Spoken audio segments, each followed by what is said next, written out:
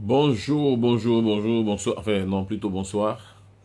Alors, comme prévu, comme promis, je vais faire un court Facebook Live pour décrypter le communiqué de la, la mission de la CEDEAO en Côte d'Ivoire. C'est une mission qui était attendue par les Ivoiriens. C'est une mission qui, je dirais, portait les espoirs de beaucoup de démocrates ivoiriens, mais nous allons donc, elle a pondu un communiqué aujourd'hui. Il est important que ce communiqué-là soit décrypté sous le double sceau du langage diplomatique et je dirais, de la vision politique donc qui sous-tend ce communiqué. Alors, il faut dire que cette mission de la CEDEAO précède celle qui s'était déjà passée, qui avait été effectuée en Côte d'Ivoire, vous vous rappelez, du 4 au 6 octobre dernier. C'était une mission conjointe ONU, CEDEAO, Union africaine, et qui malheureusement a été un échec. Voilà, un échec. Alors, face à cet échec de la mission tripartite ONU-CEDEAO-UA du 4 et 8 octobre, il y a donc une nouvelle mission ministérielle de la CEDEAO qui a atterri en Côte d'Ivoire, donc ce 18 octobre, donc le 18 octobre dernier. Pardon, 18 octobre. Alors, que dire donc de cette mission? Que dit cette mission? D'abord, un peu de formation. On entend parler de CEDEAO, mais c'est quoi la CEDEAO? Voilà. Alors, la CEDEAO, c'est une organisation sous-régionale qui regroupe 14 États, voilà, de l'Ouest africain. Voilà. Donc, c'est Communauté des États de l'Afrique de l'Ouest. Voilà, c'est ça qui s'appelle donc CEDEAO, parce que beaucoup parlent de CEDEAO, mais en réalité, ils ne savent pas trop ce que c'est. Voilà, donc c'est une organisation sous-régionale dans laquelle on trouve notamment le Bénin, le Burkina Faso, la Côte d'Ivoire, le Cap-Vert, la Gambie, le Ghana, la Guinée-Bissau, le Mali, le Libéria, le Nigeria, le Sénégal, la Sierra Leone, le Togo. Voilà, c'est les 14 donc États qui forment donc la communauté des États de l'Afrique de l'Ouest. Voilà. À ne pas confondre avec l'UEMOA. Avec l'UEMOA, c'est différent. Là, c'est de la CEDEAO. Vous avez notamment des pays anglophones, hein, comme le Libéria, comme le Ghana, comme le Nigeria et autres. Voilà. Alors, la CEDEAO, aujourd'hui, beaucoup me posent la question, pourquoi c'est une Ghanéenne donc, qui conduit cette mission? Alors, c'est très simple, je vais faire également un peu de formation. Vous savez que la CEDEAO a une présidence tournante. Voilà. Donc, il y a une conférence des chefs d'État et la conférence des chefs d'État, donc des 14 chefs d'État, désigne un président, voilà, pour une durée d'1 an. Et donc, pendant la durée de son mandat de 1 an, le président donc de la conférence des chefs d'État de la CEDEAO, qui est désigné par les autres présidents, assure donc la présidence donc de l'institution sous-régionale.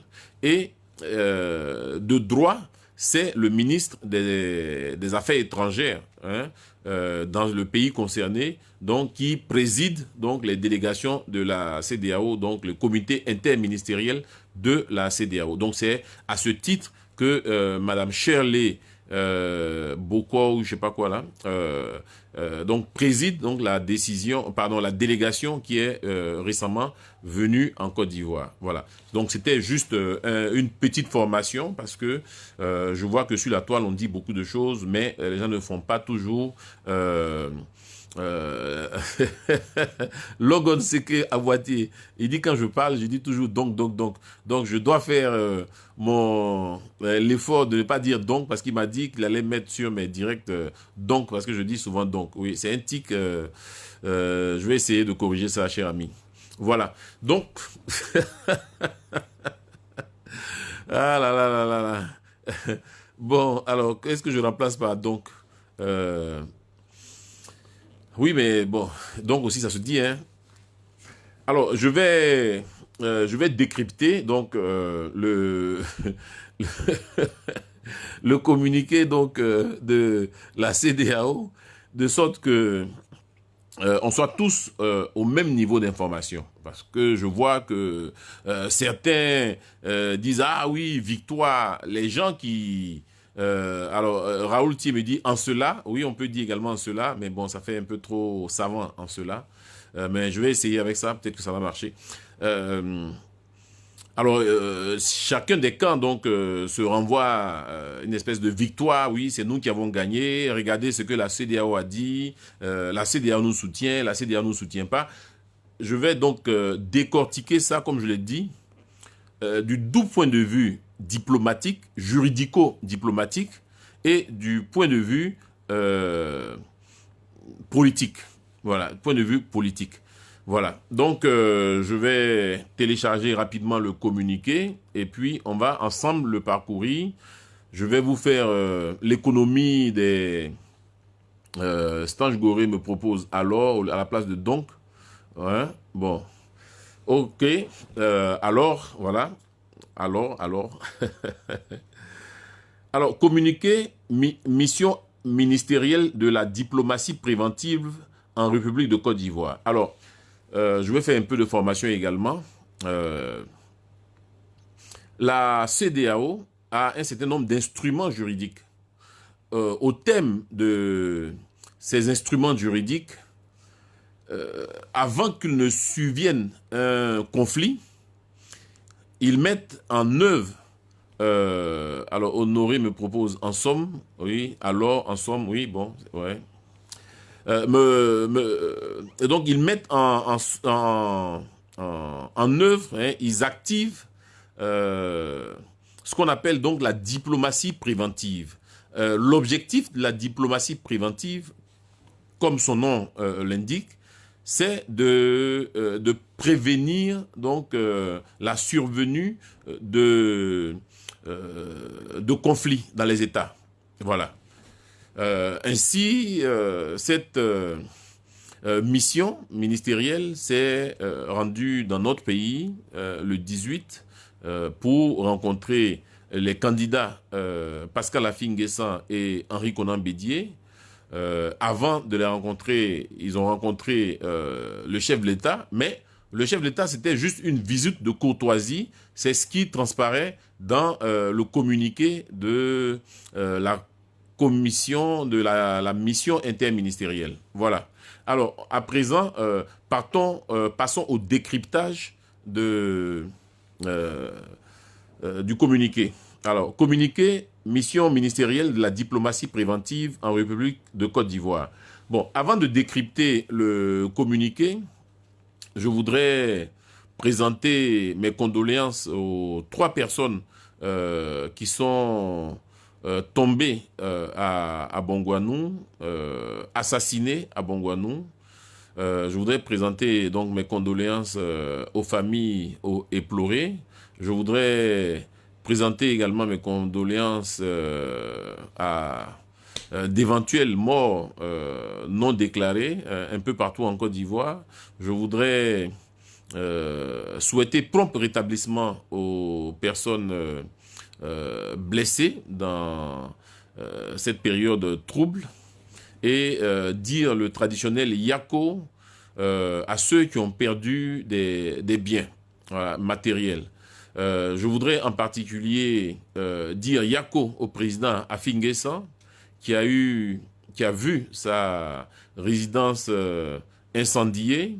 Alors, j'ai lu dans les médias proches du RHDP que Affi-N'Guessan aurait lui-même incendié sa propre maison. Bon, Si on voit un peu le niveau de cynisme hein, de certains partisans du RHDP qui vont jusqu'à dire que quelqu'un va incendier sa propre maison. C'est quand même cynique hein, de dire ça, alors que l'on sait que déjà en 2011, 11 avril 2011, la résidence d'Afi N'Guessan à Bongouanou avait été complètement ravagée par les flammes. Celle d'Abidjan avait été entièrement pillée, même les carreaux, les WC, les portes, tout était parti. Alors, à leur dire aujourd'hui que Afi N'Guessan a lui-même incendié sa maison, c'est vraiment faire preuve d'un cynisme incroyable, quoi. Mais bon, rien ne nous va nous étonner avec ces gens-là. Bref, je voudrais dire Yako au président Afi N'Guessan que j'ai rencontré tout à l'heure et qui a le moral haut, qui a le moral très haut, très haut. Et vraiment, j'ai rarement vu un homme aussi déterminé à lutter pour son pays. J'ai rarement vu un homme aussi déterminé à tout mettre en œuvre pour donner une chance à la démocratie vraie en Côte d'Ivoire. Et vraiment, ça fait plaisir parce que en réalité, le combat qu'Afi N'Guessan mène aujourd'hui, c'est pas pour lui, c'est pour les jeunes générations. C'est pour faire en sorte que dans notre pays, on n'ait plus jamais à se battre pour des élections. Faire en sorte que demain, quand il y aura des élections en Côte d'Ivoire, on ne se dise pas qui contrôle la CEI, qui contrôle le Conseil constitutionnel. On va se battre pour mettre en place des institutions crédibles. Voilà, aujourd'hui, des pays comme le Sénégal, des pays comme le Ghana, le Nigeria, ils ont dépassé ce stade de, oui, qui veut contrôler la CEI, qui veut contrôler le Conseil constitutionnel. Ils ont dépassé ce stade-là. Ils sont maintenant dans le stade du vrai développement. Voilà. Je parle de vrai développement. Je ne parle pas de vos développements flafla à l'émergence à l'horizon 2020. Voilà. Ils sont de nous parler de leur bilan. Et au lieu de nous faire le bilan de leur émergence, mais vous avez remarqué que depuis 2 ans, ils ne parlent plus d'émergence. Voilà. Maintenant, on nous parle maintenant de le meilleur. Mais comment on peut être le meilleur alors qu'on n'a pas pu apporter l'émergence tant promise à la Côte d'Ivoire? On ne peut pas être le meilleur quand on n'a pas réussi l'émergence, quand on a échoué à apporter l'émergence à la Côte d'Ivoire, quand on a échoué à industrialiser la Côte d'Ivoire, quand on a échoué à mettre en place des écoles comme on peut le voir hein, à Tengrela avec une centaine d'élèves par classe, sans tabac, etc. Mais bon, on arrivera au bilan du RHDP. Mais avant de nous parler de ces propositions, de ce qu'il veut faire pour la Côte d'Ivoire encore, déjà qu'ils nous disent pourquoi l'assurance maladie universelle ne marche pas. Hein, la CMU, la couverture maladie, pourquoi ça ne marche pas? Pourquoi on ne la prend pas partout? On nous a promis que en Côte d'Ivoire, les femmes allaient accoucher gratuitement. Bon, pourquoi on ne nous dit pas? Qu'est-ce qui n'a pas marché? On nous a dit qu'on allait faire des maisons sociales en Côte d'Ivoire. Les gens allaient payer 5 millions pour avoir un toit, un Ivoirien toit. Pourquoi ça ne marche pas? On nous a dit que chaque étudiant allait avoir une tablette informatique. Où est-ce que c'est passé tout cela? Bon, alors donc les vrais sujets sont là. On ne va pas nous distraire avec je suis le meilleur, qu'on placate sur les cadres et puis on se balade, etc. Voilà. Bien, donc ça c'était une petite parenthèse. Deuxièmement, je voudrais adresser un message à un certain nombre de militants du RHDP qui m'appellent, parce que j'ai donné mon numéro au public, qui m'appellent pour me menacer. Jean Bonnet, on va te tuer. Jean Bonnet, quand tu marches, regarde derrière toi. Jean Bonnet, tes jours sont comptés. Jean Bonnet, on va venir brûler ta maison, etc. Bon, demain, je vais faire une compilation de vos messages dans mon inbox, sur mes appels. Quand vous allez m'appeler maintenant, je vais enregistrer vos messages et je vais les publier sur les réseaux sociaux. Mais ne croyez surtout pas que là où nous sommes arrivés là, ce sont vos messages, vos menaces à 2 balles là qui vont nous effrayer. Ne pensez surtout pas ça. Je ne me suis pas engagé en politique pour des postes. Voilà. Je ne me suis pas engagé en politique pour des postes. Si c'était pour des postes, il y a longtemps que je serais au RHDP. Il y a longtemps que j'occuperai des postes au RHDP. Il y a plein de gens qui se sont régnés pour des postes. Je ne suis pas de ces gens-là. Voilà. Je n'ai pas la folie des grandeurs. Voilà. Si je me lève le matin, que je peux manger mon attiéké, que je peux manger mon garba, que je peux manger mon claclo, ça suffit à mon bonheur. Voilà. J'ai pas besoin d'être DG d'une société d'État. J'ai pas besoin d'être PCA, etc. pour m'en mettre plein des poches. Tout ce que je l'ai eu avec mon travail. Voilà. Tout ce que je l'ai eu à mon travail. Pendant les 10 ans de gouvernance du FPI, je n'ai jamais demandé à être nommé à un poste, quoi que ce soit. Tous les postes que j'ai eus, c'est suite appel à candidature. Voilà. Je suis rentré en Côte d'Ivoire parce que Tidjane Thiam m'a embauché auprès de lui comme son conseiller juridique et fiscal au Bénin. Voilà comment je suis rentré en Côte d'Ivoire. Et je n'attends rien de personne. Donc, vos menaces à 2 balles, là, ne pensez pas que c'est ça qui va émousser ma détermination. Voilà. On se bat pour que la Côte d'Ivoire avance et vous êtes là. Jean Bonnet, tes jours sont comptés. Jean Bonnet, regarde où tu mets les pieds. Jean Bonnet, on va aller installer ta maison. Mais agissez, voilà, agissez et arrêtez de me fatiguer à vos menaces à la con. Voilà, agissez, agissez. Et puis, si je meurs, vous pensez que la lutte va s'arrêter? La lutte va continuer. Il y aura d'autres Jean Bonnet. Donc, me tuer là ne va pas tuer mon idéal, ne va pas tuer mes convictions. Donc, arrêtez avec ces types de menaces-là. Je n'ai pas voulu les publier parce que je trouvais ça tellement enfantin que je n'ai pas voulu donner les choses. Mais comme ça persiste tous les jours, je vais faire un post spécial et puis je vais publier donc avec vos numéros de téléphone, de sorte qu'on voit bien vos numéros de téléphone, vos noms, avec les messages donc, qui accompagnent vos messages de menaces. On voit vos vrais visages. Voilà. On voit vos vrais visages parce que peut-être que ceux qui sont avec vous ne vous connaissent pas vraiment. Voilà, ne vous connaissent pas vraiment. J'ai fait un post sur lequel je me plaignais de ce que... voilà exactement ce que j'ai dit. Ceux qui sont allés incendier la résidence d'Afi N'Guessan à Bongouanou ont posé un acte digne du Troisième Reich. Bon, évidemment, les incultes ne savent pas c'est quoi le Troisième Reich. Le Troisième Reich, c'était le régime allemand sous Hitler. Voilà, la social nationalisme. Et donc, pour illustrer cet acte barbare, j'ai mis donc la croix gammée pour illustrer cela. Alors, je vois des gens du RHDP qui viennent, Jean Bonnet, tu es un haineux. Ils ne savent même pas c'est quoi la croix gammée. Ils ne savent même pas c'est quoi le nazisme.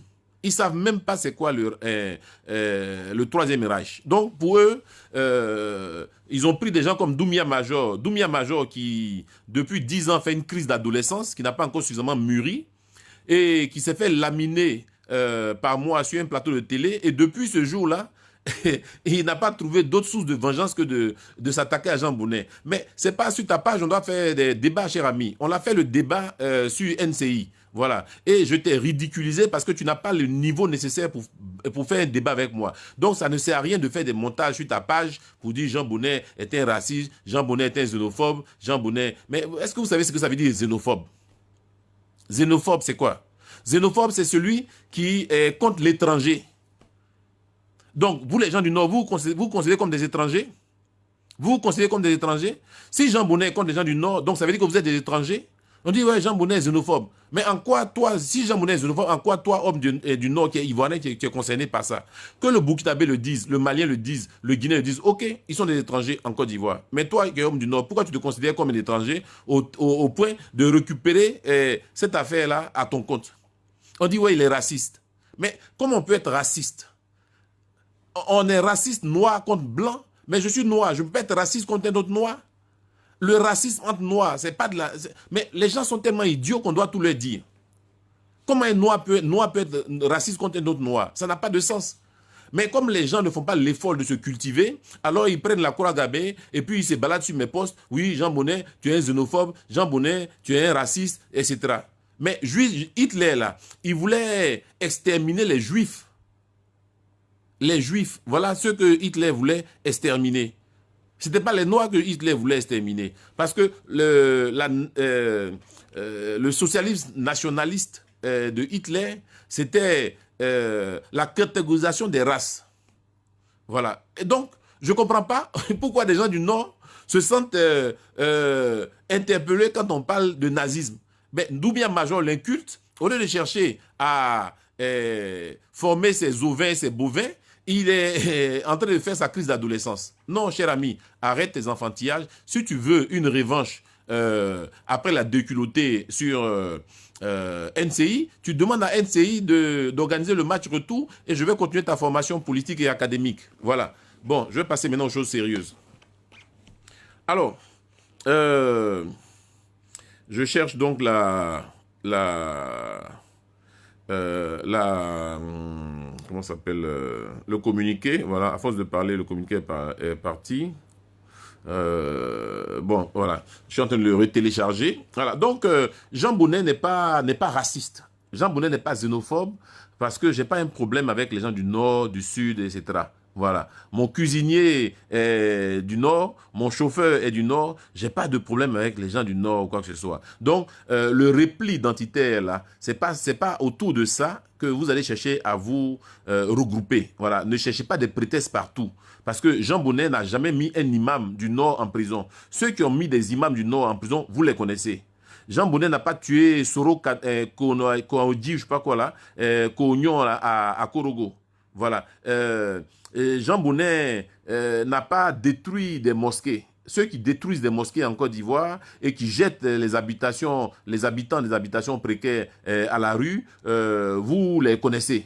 Voilà. Jean Bonnet n'a pas mis fin à l'importation des véhicules en Côte d'Ivoire. Vous savez, ceux qui sont dans le commerce donc des véhicules importés en Côte d'Ivoire, c'est pas Jean Bonnet qui a mis fin à ça. Jean Bonnet n'a pas augmenté le prix du Hadj. Ceux qui ont augmenté le prix du Hadj, vous les connaissez. Vous les connaissez, ce n'est pas Jean Bonnet. Voilà. Ceux qui se proclament grands musulmans et qui n'ont construit aucune mosquée en Côte d'Ivoire depuis qu'ils sont au pouvoir, vous les connaissez. Ce n'est pas Jean Bonnet. Donc ce n'est pas moi que vous allez traiter de xénophobe ou quoi que ce soit. Voilà. Ce n'est pas Jean Bonnet qui a instauré la carte de séjour en Côte d'Ivoire. Ce n'est pas Jean Bonnet qui fait payer la carte d'identité à 5 000 francs en Côte d'Ivoire. Ce n'est pas Jean Bonnet qui passe ses week-ends à Sini plutôt que d'aller les passer à Tengrela, à Odéné ou quoi que ce soit. Donc, arrêtez un peu avec ça. Arrêtez un peu avec ça. Voilà. Ceux qui mettent les hommes du Nord en retard, là, vous les connaissez, c'est pas Jean Bonnet. Donc, arrêtez avec vos enfantillages à la Doumia Major, là. Voilà. OK. Voilà. J'ai fini de télécharger maintenant le communiqué de la mission interministérielle. On va le lire, voilà, ensemble, et je vais le décortiquer. Bien. Alors, dans le cadre du suivi de la récente mission conjointe de la Communauté économique des États de l'Afrique de l'Ouest, de l'Union africaine et des Nations unies qui a eu lieu du 4 au 7 octobre 2020, une mission ministérielle de la diplomatie préventive de la CEDEAO s'est rendue en Côte d'Ivoire du 17 au 19 octobre 2020, dans le cadre des efforts de la CEDEAO pour promouvoir une élection présidentielle inclusive. Inclusive. Est-ce que ça veut dire? Inclusive. Si vous ne savez pas, vous me dites, je vais vous définir ça, vous allez sur Google. Crédible, transparente et pacifique en République de Côte d'Ivoire. Voilà. Nous sommes en diplomatie et en diplomatie, tous les mots ont un poids, sauf que on ne les dit pas de façon brutale. OK. Alors, point 2. La présente mission conjointe visée ci-dessus avait en autres formulé les recommandations suivantes. Donc, quand la mission était arrivée en Côte d'Ivoire, elle avait formulé des recommandations aux autorités ivoiriennes. La mission conjointe avait encouragé la CEI à poursuivre les réunions avec les différents candidats pour trouver des solutions aux problèmes en suspens. Malheureusement, la CEI n'a pas cherché à rencontrer les candidats pour trouver des solutions aux problèmes en suspens. La mission conjointe avait exhorté toutes les parties prenantes à promouvoir le dialogue et à s'engager dans l'organisation et la tenue d'élections crédibles, transparentes et inclusives, respectueuses des droits de l'homme. Voilà. Je répète pour ceux qui n'avaient pas compris, qui sont en train de jubiler, la mission conjointe avait, quand elle était venue la première fois, exhorté toutes les parties prenantes à promouvoir le dialogue et à s'engager dans l'organisation et la tenue d'élections crédibles, transparentes et inclusives, respectueuses des droits de l'homme. Voilà. La mission les avait encouragés à sécuriser le processus électoral ainsi que la protection et la sécurité physique des candidats et de leurs partisans avant, pendant et après l'élection du 31 octobre 2020. Enfin, elle les a exhortés à revoir et à respecter le code de bonne conduite des partis politiques, des forces politiques et des candidats à l'élection afin de favoriser la création d'un environnement propice à la tenue d'une élection démocratique, gage de paix, de cohésion nationale et de développement de la République de Côte d'Ivoire. J'explique. La mission les avait donc encouragés à sécuriser le processus électoral ainsi que la protection de la sécurité physique des candidats et de leurs partisans avant, pendant et après l'élection du 31.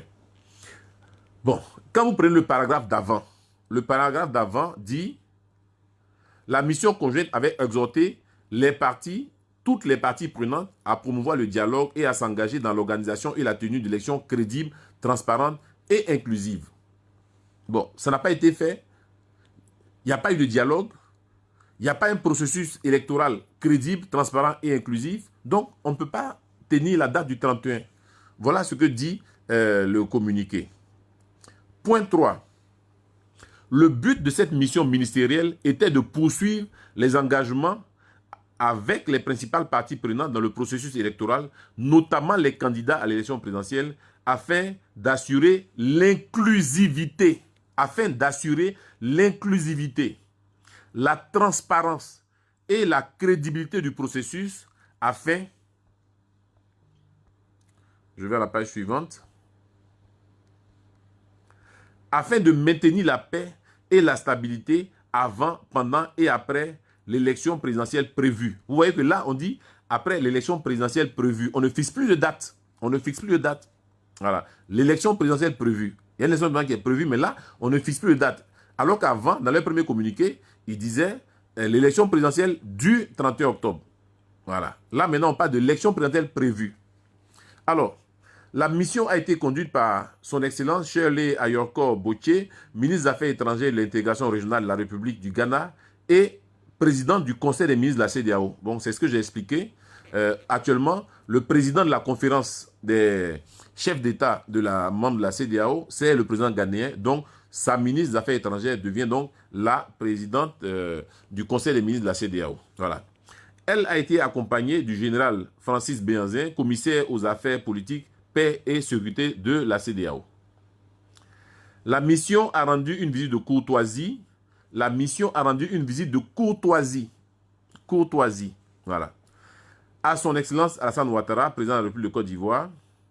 En saluant la mission, le président Ouattara a exprimé sa gratitude à la CEDEAO pour son accompagnement au processus électoral et a réitéré son engagement en faveur de la promotion de la paix et de la stabilité en Côte d'Ivoire et de la conduite d'une élection présidentielle inclusive, pacifique et transparente.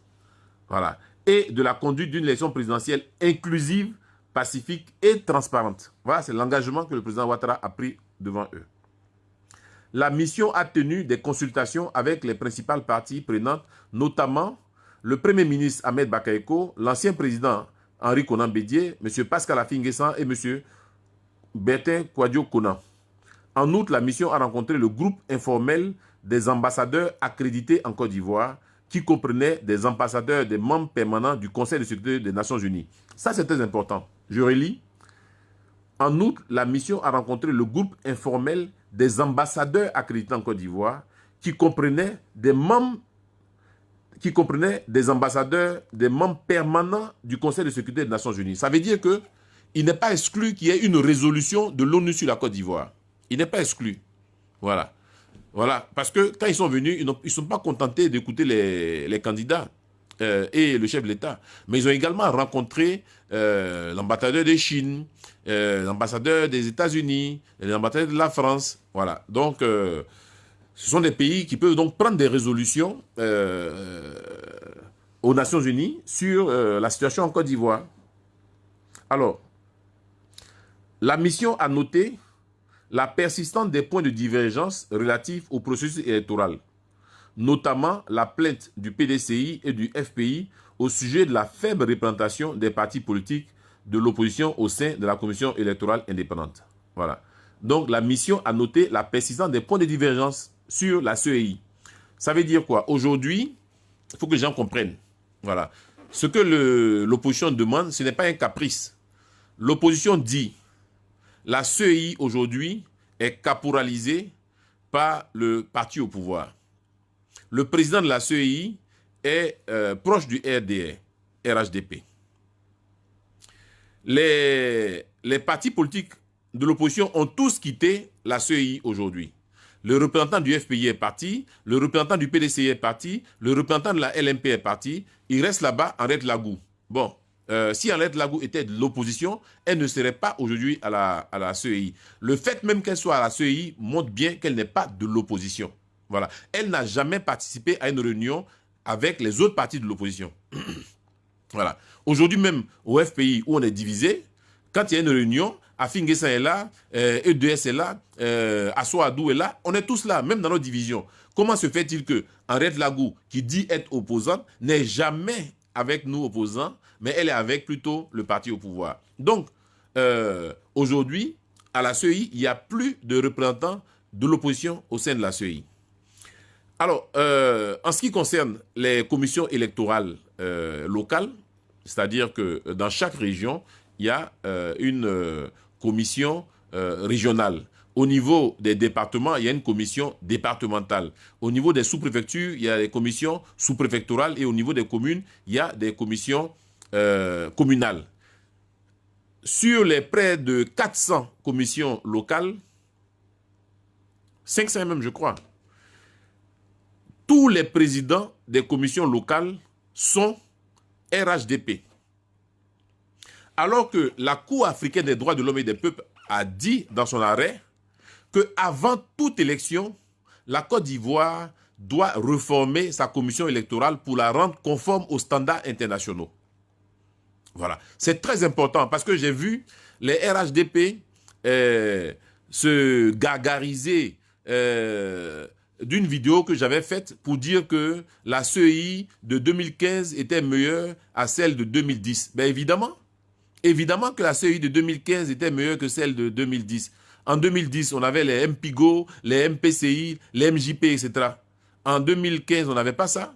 Donc, il est clair que c'était mieux. Mais dès l'instant où la Cour africaine des droits de l'homme et des peuples dit la CEI actuelle n'est pas conforme aux standards internationaux en la matière, je ne vois pas pourquoi il se réjouit de ce que Jean Bounet ait fait une vidéo pour dire que la CEI de 2015 était mieux que celle de 2010. Mais la CEI de 2020, la Cour africaine des droits de l'homme et des peuples dit qu'elle n'est pas conforme aux standards internationaux. La Côte d'Ivoire est signataire de la charte de l'Union africaine. Donc, les décisions de cette Cour de justice internationale s'imposent à la Côte d'Ivoire. Et donc, quand on est un État sérieux, on respecte sa signature internationale. D'ailleurs, c'est ce qui s'est passé en 2016, quand APDH, Action pour les droits de l'homme, a saisi la Cour africaine des droits de l'homme et des peuples, et que la Côte d'Ivoire a été condamnée.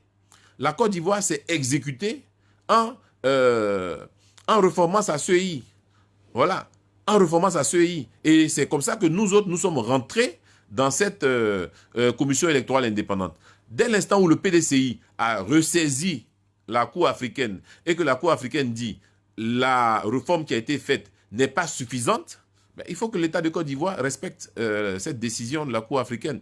Les mêmes aujourd'hui qui sont en train de dire « victoire, victoire, la CEDEAO nous soutient », c'est les mêmes qui disent « non, nous on ne se plie pas à la décision de la Cour africaine des droits de l'homme parce que nous sommes un pays souverain ». Mais si vous êtes un pays souverain, pourquoi vous dansez sur le communiqué de la CEDEAO? Vous devez le froisser, le mettre à la poubelle. Il ne faut pas avoir la joie sélective, hein, cher ami. Bon, bref, je continue le décryptage. Alors,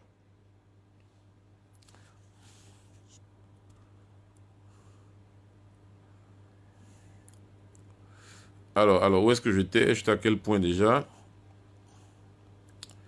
Je retrouve le point. Voilà, donc le point 8, c'est là que j'étais. La mission a observé la méfiance persistante des candidats et des acteurs politiques à entreprendre des initiatives de dialogue constructif pour une solution durable aux différends qui les opposent dans le processus électoral en cours.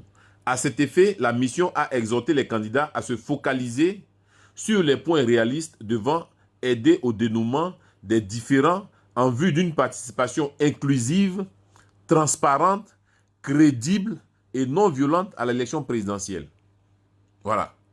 Je répète, à cet effet, la la mission a exhorté les candidats à se focaliser sur les points réalistes devant aider au dénouement des différends en vue d'une participation inclusive. Donc, quand il parle des candidats, on parle aussi de M. Ouattara. Voilà, quand on parle des candidats, ça concerne aussi M. Ouattara.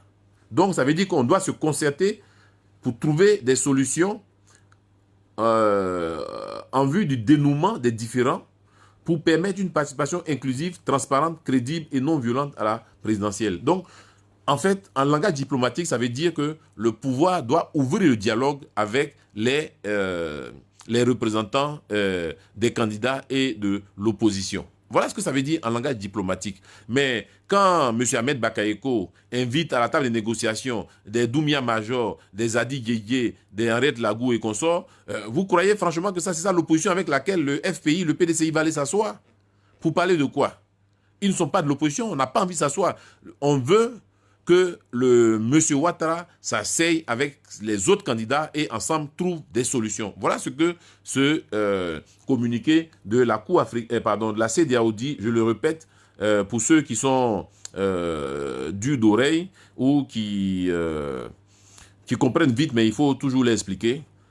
À cet effet, la mission a exhorté les candidats, ça inclut M. Ouattara, à se focaliser sur les points réalistes devant aider au dénouement des différends en vue d'une participation inclusive, transparente, crédible et non violente à l'élection présidentielle. La mission a exhorté les candidats à l'élection présidentielle ainsi que les partis politiques à faire des efforts considérables afin de parvenir à un accord concernant l'élection. Est-ce que je dois le dire en malinké, en sénoufo, en bété, en baoulé pour que les gens comprennent? La mission a réitéré son appel. Non, la mission a exhorté les candidats à l'élection présidentielle ainsi que les partis politiques à faire des efforts considérables afin de parvenir à un accord concernant l'élection. Il n'y a pas d'accord actuellement concernant l'élection. Il ne peut pas y avoir d'élection parce qu'il n'y a pas d'accord. Voilà. Point 10, la mission a réitéré son appel à la CEI pour qu'elle poursuive ses réunions avec les différents candidats pour trouver des solutions aux problèmes en suspens. Alors, pour ceux qui sont un peu durs de la feuille, je reprends. La mission a réitéré son appel à la CEI pour qu'elle poursuive ses réunions avec les différents candidats pour trouver des solutions aux problèmes en suspens. Les problèmes en suspens à la CEI, c'est la question de l'équilibre de la CEI centrale et des CEI locales. Voilà, tel que l'a souhaité la Cour africaine des droits de l'homme et des peuples. Voilà. Point 11. La mission a exhorté les candidats à la présidentielle du PDCI et du FPI à reconsidérer sérieusement la décision de boycotter l'élection et l'appel à leurs partisans à se lancer dans la désobéissance civile pour protester contre le processus électoral, mais plutôt à œuvrer de façon sérieuse pour parvenir à un consensus sur le processus électoral, puisqu'ils pourraient ne pas être en mesure de contrôler les essais qui résulteraient de leur appel à la désobéissance civile. Voilà. Donc, je reprends encore. La mission demande à M. Bédier, à M. Afi, de reconsidérer la décision du boycott, de boycotter l'élection. C'est une erreur de la part de la mission parce qu'on ne boycotte pas l'élection. Nous sommes dans l'élection. Nous participerons à une élection crédible. Donc ce n'est pas un boycott, c'est une erreur. Jamais le président Bédier ni le président Afi n'ont parlé de boycott d'élection. Ils sont candidats, c'est leur droit de se présenter, mais ils sont candidats à des élections crédibles, transparentes et inclusives. C'est là toute la différence. Voilà. Et donc, on leur demande d'œuvrer de façon sérieuse pour parvenir à un consensus sur le processus électoral. Un consensus sur ce processus électoral, ça veut dire qu'ils doivent discuter pour trouver un accord. La mission a fermement condamné les actes récents de violence et appelé toutes les parties à faire preuve de retenue. Voilà. On sait très bien que les actes de violence ne sont pas le fait de l'opposition. Voilà. Ce n'est pas Afi N'Guessan qui allait brûler sa propre maison. Voilà. Donc quand la mission dit ça dans des termes diplomatiques, on sait à qui la mission s'adresse. La mission a exhorté les autorités compétentes à inviter les forces de sécurité à rester neutres, impartiales et professionnelles dans l'exercice de leurs fonctions. Ça, c'est grave. C'est grave quand une mission internationale en arrive à dire cela. La mission, je répète, la mission a exhorté les autorités compétentes à inviter les forces de sécurité à rester neutres. Ça veut dire qu'elles ne sont pas neutres. Impartiales, ça veut dire qu'elles sont partiales. Et professionnelles, ça veut dire qu'elles n'ont pas une attitude professionnelle dans l'exercice de leurs fonctions. Voilà. Donc, je ne vois pas pourquoi les gens du RHDP se réjouissent tant du communiqué de la CEDEAO. Je ne comprends pas. Un communiqué qui dit que l'État de Côte d'Ivoire doit inviter ses forces de sécurité à rester neutres, impartiales et professionnelles. C'est grave, ça.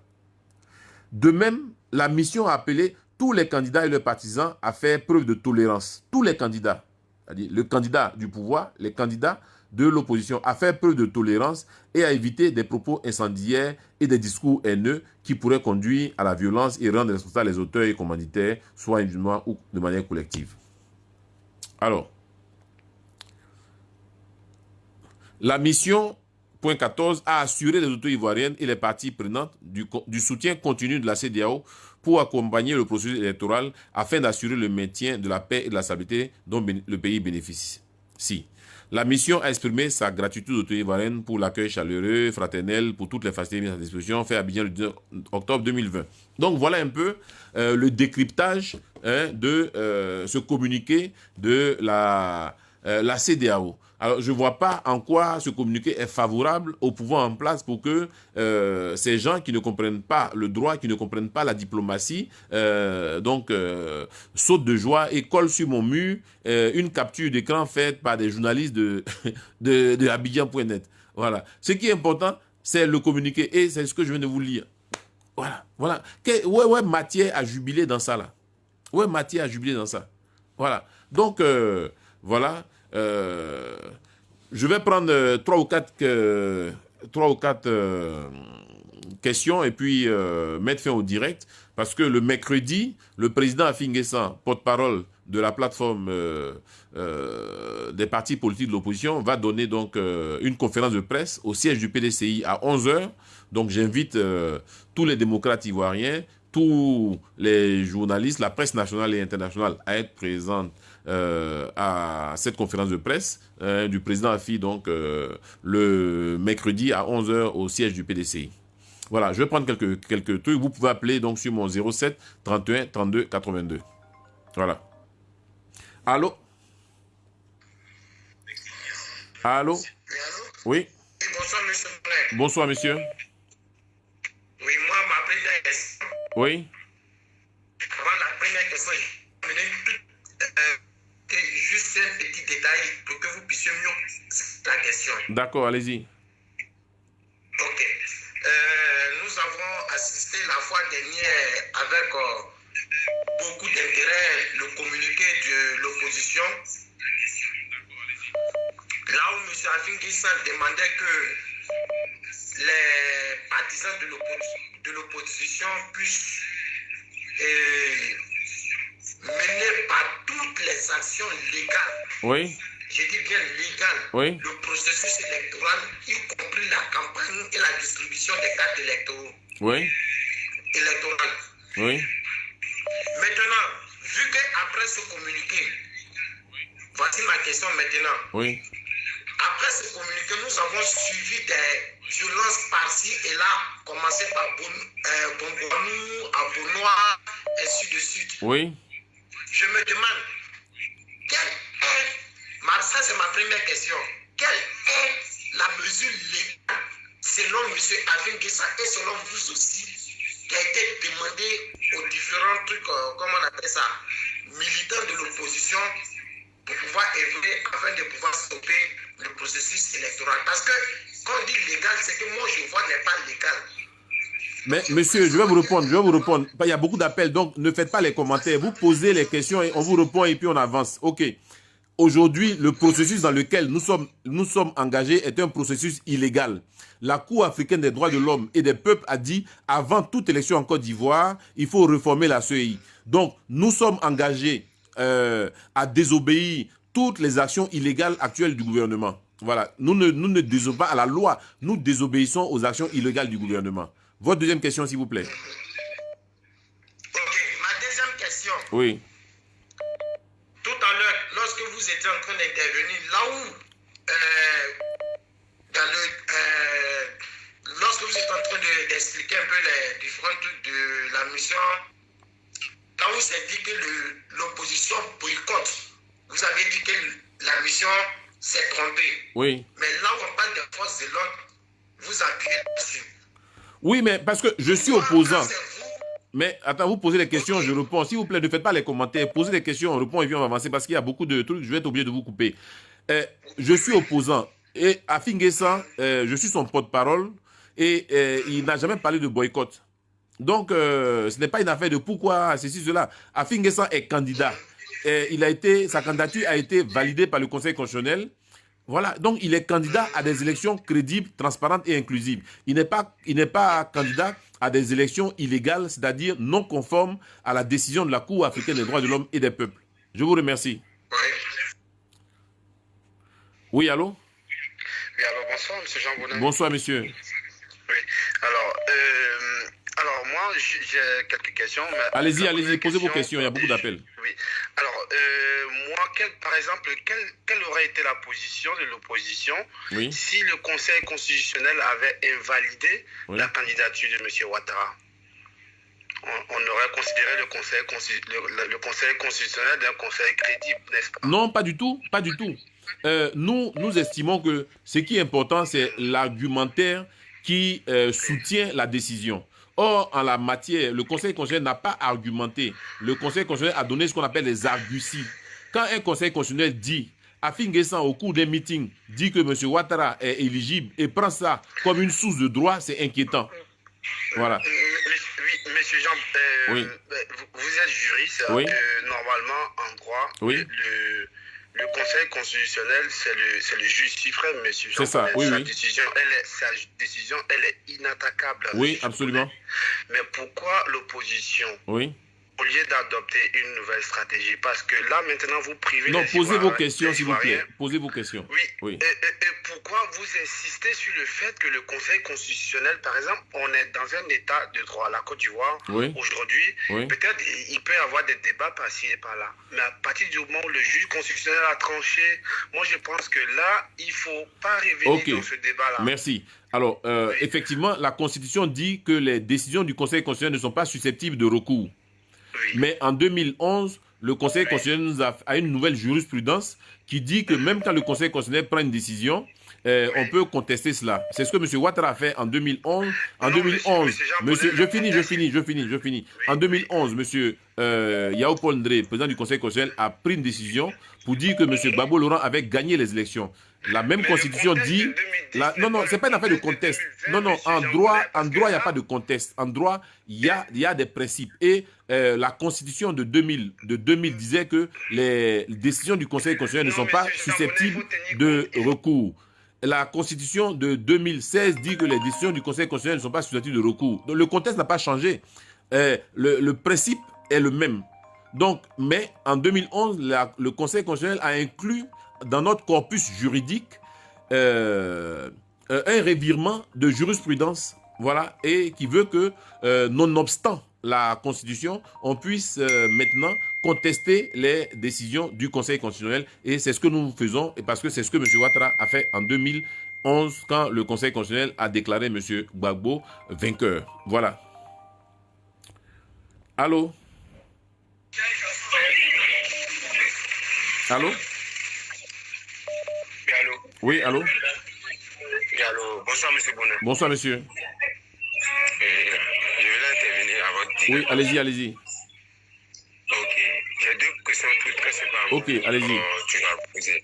Voilà, je pose la question. La première question, c'est est-ce que vous n'êtes pas en train de vous contredire? Parce que vous nous avez fait savoir à plusieurs reprises que le RAGP a déjà pris le terrain. Le RAGP est déjà trop bien parti pour remporter les élections. C'est ça. Mais aujourd'hui, on a l'impression que vous êtes en train de vous contredire. Ok. Je ne sais pas à quelle... D'accord, je réponds à votre question. Ne faites pas des commentaires. Posez votre question, je réponds. Ok? Ok, il y a une deuxième question. Non, je vais d'abord finir la première question. J'ai dit que si l'opposition est désunie, le RHDP a les moyens de gagner au premier tour. Mais je ne sais pas, il faut réécouter ma vidéo. Si l'opposition est désunie, Aujourd'hui, l'opposition est unie. Et mieux, des gens du RHDP sont venus gonfler les rangs de l'opposition. Au moment où je faisais ma vidéo, M. Amon Tano n'était pas avec l'opposition. M. Mabri Touake n'était pas avec l'opposition. M. Kablan Denkan n'était pas avec l'opposition. Aujourd'hui, tous ceux-là sont avec l'opposition. Donc, le contexte est différent. Le contexte dans lequel le RHDP était soudé, avec le PDCI, avec M. Amon Tano, avec M. Kablan Denkan, avec M. Mabri, n'est plus le même aujourd'hui. Aujourd'hui, nous avons un RHDP qui se résume seulement au RDR. Et le RDR seul ne peut pas gagner un coup KO. Voilà, donc j'ai pas. La deuxième question. Oui, mais je peux intervenir sur ce que vous êtes en train de dire. Non, il y a beaucoup de questions. Posez votre deuxième question. Ok, ma deuxième question. Oui. Vous parlez des boycott, des désobéissances civiles et puis d'autres choses. Oui. La désobéissance civile, fait partie de ce que vous êtes en train de faire actuellement. Amener des gens à aller brûler, prendre les affiches et les tricots des partis bleus, comme ce qui s'est passé dans le village, dans la ville du ministre Afin Guessan. Oui, parce que. Parce que les gens sont levés, je ne sais pas, écoute-moi. Mais posez la question, je vais vous répondre. Ne faites pas des commentaires. Oui. Vous dites aux Oui. gens d'empêcher les gens de tout moyen de faire les campagnes. Est-ce que c'est une manière à vous de vous faire attendre, de voir des gens en train de mourir dans ce pays? Merci, je vais répondre à votre question. Alors, vous parlez. Les gens sont en train de mourir D'accord. à cause de vos mots d'ordre. Ok, alors, vous savez, Afin Guessan n'a pas lancé un mot d'ordre en 2012. Pardon, en 2002, lorsqu'il y a eu la rébellion qui a fait 3000 morts en Côte d'Ivoire. C'est pas Afin Guessan qui a lancé le mot d'ordre. Afin Guessan ne soutenait pas le MPIGO, le MJP, le MJP et le MPCI. Voilà. Ceux qui ont pris les armes nous ont dit pourquoi ils ont pris les armes et pour qui ils ont pris les armes. Ça a entraîné 3000 morts. Afin Guessan n'était pas à la base de cela. Afin Guessan n'est pas à la base de l'incendie de sa maison.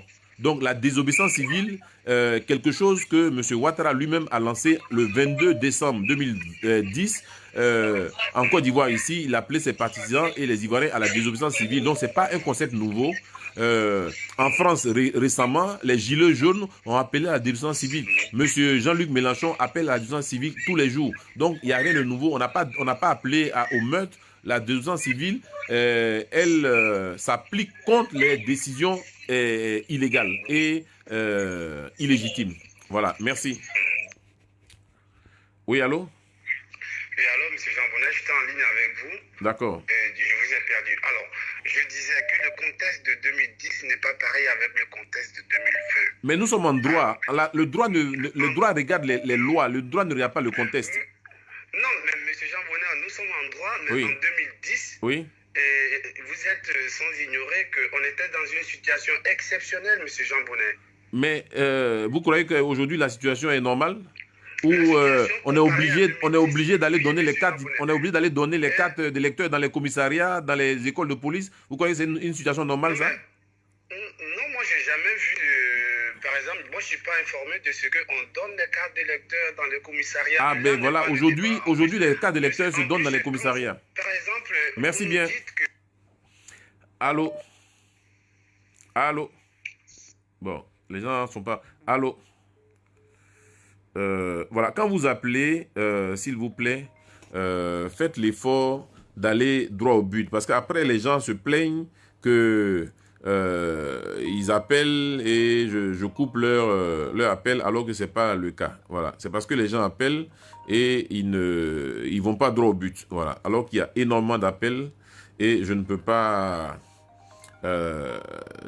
gérer tout ça. Bon, je vais essayer de prendre quelques appels et puis on va passer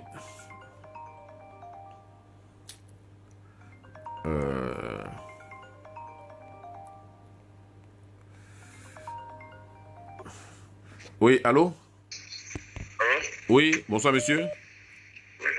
Bonsoir monsieur Jean Bonnet. Oui, présentez-vous. Voilà, moi c'est Bomba Mara. Oui, Bomba Mara, comment vas-tu? Ouais, ça va très bien. Ok, ta question. Voilà, moi j'ai deux questions à vous poser, quoi. Oui. Première question. Voilà, parce que ces derniers temps, franchement, moi, je n'arrive pas à vous suivre. D'accord. Moi, je voudrais savoir, les propos que vous tenez, est-ce Oui. que vous ne pensez pas que vous-même, vous êtes dangereux pour la cohésion nationale? Lesquels propos, par exemple? Donne-moi un exemple. Parce que quand je prends, par exemple, vous avez balancé un truc, chose qu'on appelle ça, un truc d'Allemagne sur votre mur. Un truc d'Allemagne, c'est quoi un truc d'Allemagne? Alors, je vais vous expliquer, Les signes, ouais.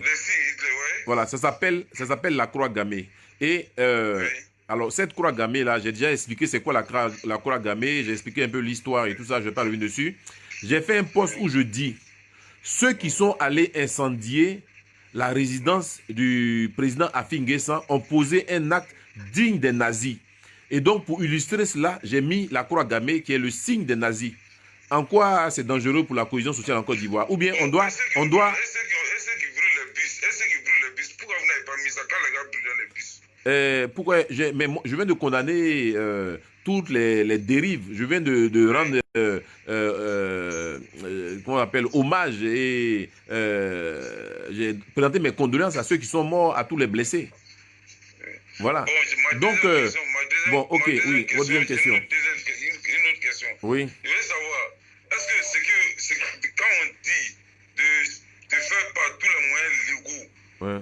est-ce qu'on peut empêcher les élections par tous les moyens légaux? Est-ce que c'est Oui, possible? parce que l'élection elle-même est illégale. La Cour africaine des droits de l'homme et des peuples a dit, avant toute élection en Côte d'Ivoire, l'État de Côte d'Ivoire ordonne à l'État de Côte d'Ivoire de reformer sa commission électorale. Dès l'instant où l'État de Côte d'Ivoire... Je finis. Dès l'instant où le Côte d'Ivoire n'a pas reformé sa commission électorale, ça veut dire que ce n'est pas juste. Et donc, organiser une élection avec cette commission électorale-là est illégal. Donc, on désobéit à une commission électorale, à un processus en cours qui est lui-même illégal. Donc, bon, monsieur Jean, oui. quand le PCI refuse de rentrer à la CI centrale, alors que le gouvernement donne l'ordre qu'il a un représentant à donner son accord qui va participer. Ok, alors, je reprends la question. Je reprends la question. Le conseil constitutionnel s'est réuni et le monsieur refuse de venir. Comment on appelle ça? Ok, alors je reprends la question. La commission électorale indépendante a dit que la CEI centrale doit être reformée. Ça veut dire quoi? Ça veut dire que les partis politiques, les organisations de la société civile doivent mettre en place un processus transparent de désignation de leurs membres au sein de la CEI. Voilà ce que la Cour africaine des droits de l'homme et des peuples dit. Ça veut dire quoi? Afin N'Guessan, par exemple, a désigné M. Alain Dogou. La Cour africaine dit, mais comment est-ce que vous avez désigné M. Alain Dogou? Vous l'avez imposé ou bien c'est parce qu'il y a eu un processus de compétition au sein du FPI au thème duquel M. Alain Dogou a remporté et donc qui a fait que c'est lui qu'on a désigné ou bien vous l'avez désigné de force ou d'autorité. Donc la CEI demande à ce que tout cela soit remis à plat pour que la désignation des membres des partis politiques, des organisations de la société civile se fasse suite à un processus transparent. Parce que en réalité, la CEI, la Cour africaine dit quoi? Comment est-ce que un gars comme Doumbia Major ou Henri Lagou se retrouve à la CEI alors que des gens comme EDS ou des gens comme Madou Coulibaly ne sont pas à la CEI alors qu'eux sont de vrais opposants? Voilà un peu la question. Pourquoi Mme Henriette Lagou, qui n'a jamais tenu un seul congrès, qui n'a jamais fait un seul communiqué en tant qu'opposante, est à la CEI en tant qu'opposante, alors que M. Madou Coulibaly, M. Georges Amaonien, qui font des communiqués, qui font des congrès, n'ont jamais une seule fois été admis à être à la CEI. Et donc, la Cour africaine dit, ceux-là ne sont pas des vrais opposants. Donc, il faut mettre en place des processus, des procédures qui garantissent que ceux qui représentent l'opposition sont effectivement des opposants. Voilà. Bon, M. Jean Bonnet, moi j'ai une autre question par rapport à ce que vous venez de dire. D'accord. Est-ce que, selon vous, oui, qui est vrai opposant et qui n'est pas vrai opposant? Alors, selon vous? Ok, un opposant, c'est celui d'abord qui se comporte comme tel, pas celui qui affirme, comme Doumbia Major qui dit je suis opposant, mais qui passe son temps à critiquer l'opposition et qui ne critique jamais le pouvoir. Donc on se demande, il est opposant à qui? Voilà. Donc je n'ai jamais vu une déclaration du parti de Mme Henriette Lagou en train de condamner un acte du pouvoir en place, en train de critiquer un acte du pouvoir en place. Ça, c'est quel genre d'opposition, ça? Donc l'opposant... D'un passé récent, oui. Vous ne critiquez pas le pouvoir en place. Ah non. je critiquais le pouvoir, je critiquais d'autres opposants. C'est différent. Il m'arrivait de critiquer le PDCI. C'est la même manière que Doumbia Major. Doumbia Major, même moi je suis Doumbia Major aussi. Oui. Doumbia Major, il a attaqué Alassane Ouattara. Il y a les Non, non. circulent. M. Doumbia Major critiquait M. Alassane Ouattara lorsqu'il était caché, il était terré dans un trou à Paris. Depuis qu'il est en Côte d'Ivoire, il passe la pommade à M. Alassane Ouattara. Vous ne verrez aucun poste de Doumbia Major depuis qu'il est en Côte d'Ivoire en train de critiquer le gouvernement en place. Ça, c'est quand il était encore en exil. Voilà. Voilà. Ma dernière question. Oui. Ma dernière question. Vraiment, ma toute dernière question. Ce que je veux savoir. Oui. Actuellement, en tant qu'Ivoirien, Oui. ces appels à la désobéissance civile où les jeunes vont casser les bus, les voitures, Oui. on a vu les voitures calcinées Oui. dans les différentes villes. Oui. Est-ce que si ça dégénère, est-ce que vous êtes capable, entre ceux qui ont lancé le mot d'ordre, de calmer après? Est-ce que quand ça va dégénérer, Oui. que tout le pays est embrasé, est-ce que c'est Mais sûr que personne. les responsables sont Merci, capables merci de la question. Je réponds à votre question. Voilà. Oui. C'est pour ça que, depuis le début, vous avez vu que la désobéissance civile, il y a eu deux phases. Il y a eu la première phase qui a dit nous lançons le mot d'ordre de désobéissance civile. Et les gens se moquaient. On dit ouais, vous avez lancé votre mot d'ordre. Vous voyez que les Ivoiriens vont au travail. Il n'y a rien. Vous ne pesez rien. Les gens ne vous écoutent pas. Mais en réalité, c'était quoi? Quand l'opposition a lancé le mot d'ordre de désobéissance civile, c'était pour que le gouvernement les appelle à la table de négociation. Ça a pris 2 semaines, pas une seule fois, le gouvernement les a appelés. Et maintenant, ils sont passés à la deuxième phase. La deuxième phase, maintenant, qui était de dire empêcher la tenue du processus électoral. Voilà. Donc, il appartient simplement au gouvernement d'appeler à la table des négociations les opposants, pas les Doumbia Major et autres là, les Adi Guégué, d'appeler les opposants, ceux qui sont candidats, comme M. Afinguessan, comme M. Kakabe, comme M. Comment ça s'appelle, Henri Konan Bédié, à la table des négociations, comme l'a dit d'ailleurs le communiqué de la CEDEAO, que les candidats trouvent un consensus pour aller à l'élection. Voilà ce qu'aujourd'hui l'opposition attend. Mais M. Ouattara dit, vous avez entendu M. Ouattara, je finis. Je finis. Vous avez entendu M. Ouattara à Bouaké. Il dit, je ne discute pas avec l'opposition. On ne va rien réformer, on ne va rien toucher, l'élection aura. Est-ce que c'est comme ça qu'on parle? Est-ce que vous savez que, je finis. Les partis politiques, mais j'ai l'impression que le RPI et le PDCI ne sont pas partis. Oui, on n'est pas parti parce qu'on n'a pas envie de s'asseoir à la même table que des Doumbia Major, les Adi Guégué, les André de Lagou, parce que ce n'est pas des opposants. Et quand ils sont partis Monsieur Jean Bonnet, oui. Moi je vous connais en tant que, pour moi, Oui. vous êtes quelqu'un de maîtrisé. Oui. On ne faut jamais refuser d'aller à une élection. On a vu ça, ça fait des cas en Côte d'Ivoire. Oui. On a vu en 2000, le RHDP a refusé d'aller aux élections, à la députation. On a vu ce que ça a donné à l'Assemblée nationale. Oui. Mais si vous refusez d'aller à la négociation, vos adversaires peuvent prendre ça pour vous attaquer, pour dire, bon, vous voyez, ceux-là, ils refusent même d'aller à l'élection. Mais c'est ce que je dis. Ils veulent rester à la négociation. Monsieur, pourquoi voulez-vous qu'on aille négocier? Pourquoi voulez-vous? Moi, je vous dis aujourd'hui quelque chose. Aujourd'hui, moi, je pense que l'opposition a trahi beaucoup. C'est leurs propres militants. Pourquoi? Pardon, rappelle-moi ton nom, s'il te plaît. Rappelle-moi ton nom, s'il te plaît. Voilà, je m'appelle Bamba. Voilà, Bamba, écoute-moi. Oui. Tu as entendu monsieur Ahmed Bakayoko à Boisflé dire, monsieur le président de la République, laissez-nous un peu, on va désobéir à vos instructions. Mais le premier qui a commencé la désobéissance civile, c'est Ahmed Bakayoko. C'est lui qui a commencé à désobéir au président de la République. Et quand le même Ahmed Bakayoko demande à l'opposition de venir discuter, pourquoi voulez-vous que l'opposition aille discuter avec M. Ahmed Bakayoko qui dit lui-même il va désobéir au président de la République? Non. M. Ahmed Bakayoko n'est pas l'interlocuteur de M. Bédier. Monsieur le Premier ministre a dit ça. Aujourd'hui, Oui. Moi je pense que pour cette élection, l'opposition avait sa chance. Du moment. Non, l'opposition n'a aucune chance. Vous savez. Tous les opposants sont revenus dans le même groupe. Bamba. Quand un parti au pouvoir dit nous on va gagner un coup KO et que ce parti au pouvoir refuse qu'on fasse l'audit de la liste électorale, refuse qu'on ait des CEI équilibrés, ça veut dire que c'est sur la liste électorale et la CEI que ce parti-là compte pour gagner. Et donc, quel intérêt d'aller à une élection où vous savez d'avance que tous les présidents des CEI sont contrôlés par le RHDP. Donc, quand vous faites une élection à Dimokro, au niveau de Dimokro, le président de la CEI, là, c'est lui qui va transmettre les résultats à la CEI départementale. La CEI départementale elle-même est présidée par quelqu'un du RHDP. Le départemental va transmettre les résultats des unes au régional. Le régional lui-même, il est président, il est membre du RHDP. Et c'est ceux-là maintenant qui vont transmettre à Abidjan.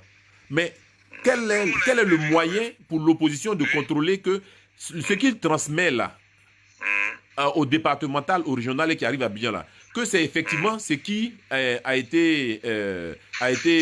sorti des urnes. Tu n'as aucun moyen. Mais tous les partis politiques ont des représentants et ils ont les PV. Oui, non, mais je dis celui qui transfère. C'est-à-dire que quand on a fini l'élection là, à la commission électorale de Dimokro là, on met les PV dans une enveloppe et c'est le président qui garde ça. Et c'est lui qui va donner ça maintenant au régional. Mais quand lui donne au régional là, non, ce n'est pas les papiers qui sont dedans.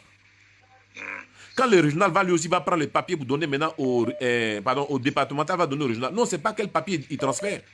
Donc, Afin Guessan dit, si le régional est RHDP, alors faisons en sorte que le départemental soit de l'opposition. Si le communal est RHDP, faisons en sorte que le sous-préfectoral soit de l'opposition. Le RHDP dit non, on n'est pas d'accord. Aujourd'hui, 100% des commissions sont présidées par le RHDP. Comment voulez-vous que l'opposition puisse gagner avec une telle situation? Ce n'est pas possible, cher ami. Donc, moi, ce que je ne comprends pas, c'est si vous êtes sûr de votre force, pourquoi vous avez peur que les commissions soient équilibrées? Pourquoi vous avez peur? Si vous êtes sûr de votre force, pourquoi vous avez peur qu'on fasse un audit de la liste électorale? Regardez au Burkina Faso. Au Burkina Faso, ils ont fait l'audit de la liste électorale. Au Burkina Faso, sans problème. Mais en 2010, en Côte d'Ivoire, il y a eu l'audit de la liste électorale. Mais en 2010, le président de la CEI, c'était Robert Mambé. Avant Robert Mambé, c'était Youssou Bakaïko. Il était de l'opposition. Il était de l'opposition, il n'était pas du FPI. Donc, Gbagbo Laurent, qui était sûr de lui, a laissé le MPIGO, le MPCI, a laissé la commission électorale présidée par Youssou Bakaïko, qui était de l'opposition. Mais pourquoi maintenant, là, on veut que tout soit présidé par le RHDP? Ça veut dire qu'on a peur, qu'on n'est pas sûr de son fait, on sait que si on ne triche pas, on ne peut pas gagner. Voilà la réalité. Sinon, on allait accepter ce que la Cour africaine des droits de l'homme a dit. Mettons en place une commission équilibrée et puis on s'en va. C'est fini. Merci, cher ami. Bon, alors il est l'heure, 22h10. Bon, je prends le dernier appel. Allô? Oui, bonsoir, monsieur. Bonsoir, monsieur. Présentez-vous. Fakoli. Fakoli. Ok. Oui. Allez-y. J'ai une question en défense. D'accord. Donc, oui, je voulais savoir, est-ce que vous avez l'impression aujourd'hui que l'appel de votre candidat, M. Afin Guessan, a été mal compris? Est-ce qu'on a l'impression que ça a été mal compris? Oui. Non. Ces militants. Ces partisans ont exécuté le mot d'ordre de boycott actif sans violence. À côté de ça, il y a les partisans de l'opposition. Non. Vous m'avez posé une question, je vais répondre à la question. Mais à côté de ça, il y a des partisans de l'opposition qui sont allés incendier sa maison, qui sont allés casser le maquis de Yamateua, qui ont cassé plein de maquis. Ça, c'est pas ça les instructions de Afin Guessan. Afin Guessan n'a pas demandé d'aller brûler sa maison, n'a pas demandé d'aller incendier les maquis de Yamateua ou de casser des bus ou de brûler quoi que ce soit. Voilà. Mais M. Afin Guessan, oui. M. Bonheur, oui. Si vous parlez de brûler la maison d'Afin Guessan aujourd'hui ou des bus et autres, oui. Ça, ce sont que du matériel.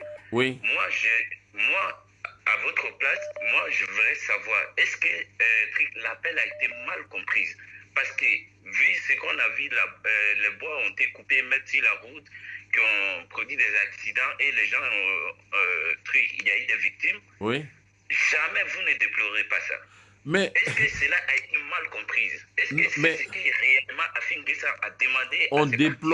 On déplore le fait que le gouvernement n'appelle pas les protagonistes à la table de négociation comme la... Mais monsieur, vous me posez des questions, je fais des réponses, vous ne voulez pas. Ou bien, si vous voulez, je vous laisse faire les questions, les réponses.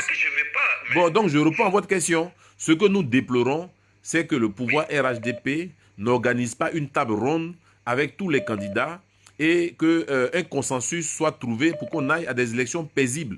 Parce que M. Afin Guessan est candidat, M. Bédié est candidat. Asseyons-nous et discutons. Au lieu de dire, comme l'a fait à Bouaké, on ne va rien changer, on ne va pas... C'est la même CEI qui va organiser les élections législatives, etc. C'est pas comme ça qu'on va à la paix. Quand on est un homme de paix, quand on se réclame de l'oufouettisme, c'est le dialogue. On ne refuse pas le dialogue. Voilà, merci bien. Bon, alors je suis obligé d'arrêter parce qu'il y a trop de questions. Je suis obligé d'arrêter. S'il vous plaît, arrêtez d'appeler. Arrêtez d'appeler. Voilà, j'ai tout coupé ici. Je vais mettre en mode avion, comme ça. Voilà. En tout cas, merci. Ça a été un direct enrichissant. Vous voyez qu'on peut échanger sans animosité, sans s'insulter. Ce que j'aime, c'est la culture du débat contradictoire. C'est-à-dire que vous avancez vos arguments.